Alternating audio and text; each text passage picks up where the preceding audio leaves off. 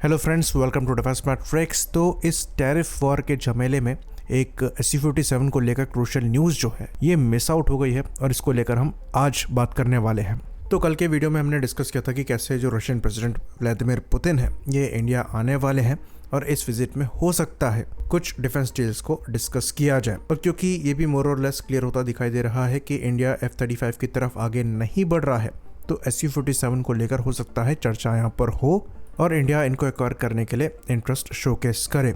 तो इसके लिए काफी अच्छा मौका बना है। अमेरिका वैसे ही ट्रेड वॉर के अंतर्गत इंडिया पर 50% टैरिफ लगा चुका है, तो हम क्लियरली रशिया से नेगोशिएट कर सकते हैं SU-57 को लेकर और ये हमारा रिटेलिएशन हो सकता है। तो जब बात SU-57 की आती है तो कई इसके क्रिटिक्स भी हैं। इसको लेकर हमने पास्ट में कई बार बात करी है कि इसके स्टेल्थ कैरेक्टरिस्टिक्स को लेकर सवाल उठाए जाते हैं, खासकर जब इन्हें वेस्टर्न फिफ्थ जनरेशन प्लेटफॉर्म से और उनके कैरेक्टरिस्टिक्स से कंपेयर किया जाता है। तो ये चीज़ हमने पहले भी कई बार डिस्कस करी है कि रशियन फिलॉसफी SU-57 को लेकर बिल्कुल डिफरेंट रही है वेस्टर्न फिलॉसफी से। तो रशियन अप्रोच थोड़ी प्रैक्टिकल है इस मामले में, जहाँ पर फोकस तो किया गया है स्टेल्थ कैरेक्टरिस्टिक्स को मेंटेन करने का, पर उसको लेकर जो ऑपरेशनल कैरेक्टरिस्टिक्स हैं उसमें ज़्यादा कॉम्प्रोमाइज़ नहीं किए गए हैं, जिसकी वजह से जो एयरक्राफ्ट की रॉ परफॉर्मेंस है वो काफ़ी अच्छी है, वेपन कैरिंग कैपेसिटी काफ़ी अच्छी है और ये इसे एक practical everyday use fighter platform बनाता है।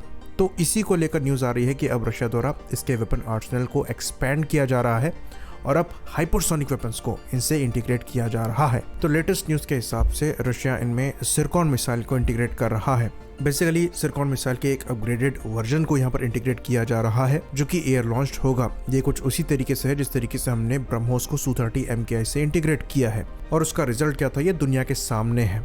ऑपरेशन सिंदूर के दौरान सारे टारगेट काफ़ी प्रिसाइजली हिट हुए थे और इनके अगेंस्ट में कोई काउंटर भी पाकिस्तान के पास नहीं था।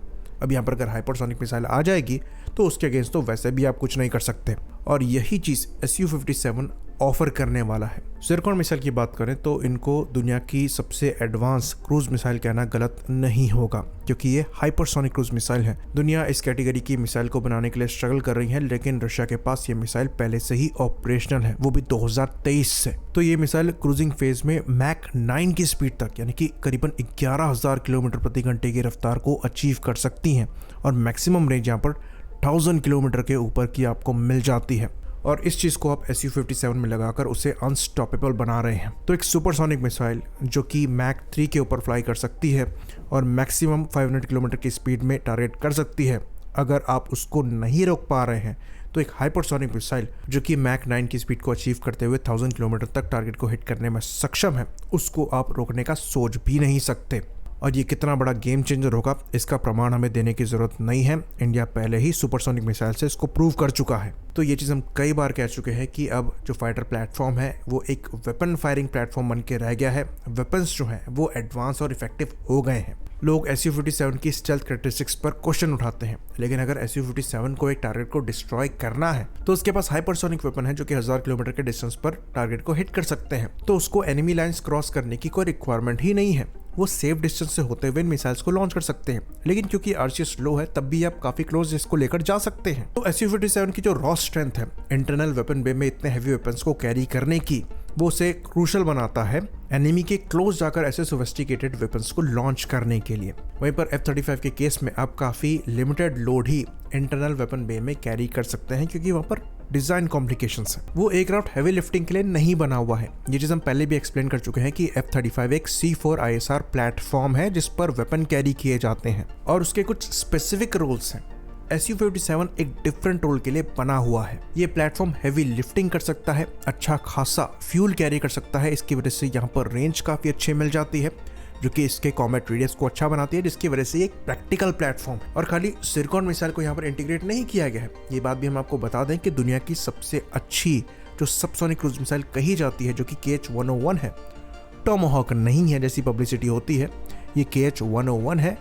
ये मिसाइल भी SU-57 कैरी कर पाएगा, जो कि एक काफ़ी हैवी मिसाइल है, करीबन 2400 किलोग्राम की, और आपको मैक्सिमम 3500 किलोमीटर की रेंज देती है, जो कि इस कैटेगरी में बेस्ट है। और इस रेंज में ये मल्टीपल वॉरहेड्स को डिप्लॉय कर सकती है। साथ में ये इतनी एडवांस है कि ये इलेक्ट्रॉनिक वॉरफेयर कैपेबिलिटी के साथ आती है जो कि इनबिल्ट है, और ये फ्लेयर्स तक डिप्लॉय कर सकती है सेल्फ प्रोटेक्शन के लिए। तो अभी तक यूएस द्वारा ये मिसाइल्स जो हैं इनके बॉम्बर से डिप्लॉय करी जाती हैं। अब न्यूज आ रही है कि ये Su-57 में भी इंटीग्रेट करी जाएंगी। अब एक स्टेल्थ फाइटर इनको लेकर ज्यादा अंदर तक जाकर डिप्लॉय कर सकता है, जिसकी वजह से इन मिसाइल्स की जो रीच है वो और डीप हो जाएगी। अगेन ये एक प्रैक्टिकल एप्लीकेशन है। तो ये चीज हम पहले भी कह चुके हैं, दोबारा कहेंगे कि एक एयरफोर्स का काम डॉग फाइट या एयर टू एयर कॉम्बैट नहीं होता है, वो इनके ओवरऑल रोल का एक पार्ट है।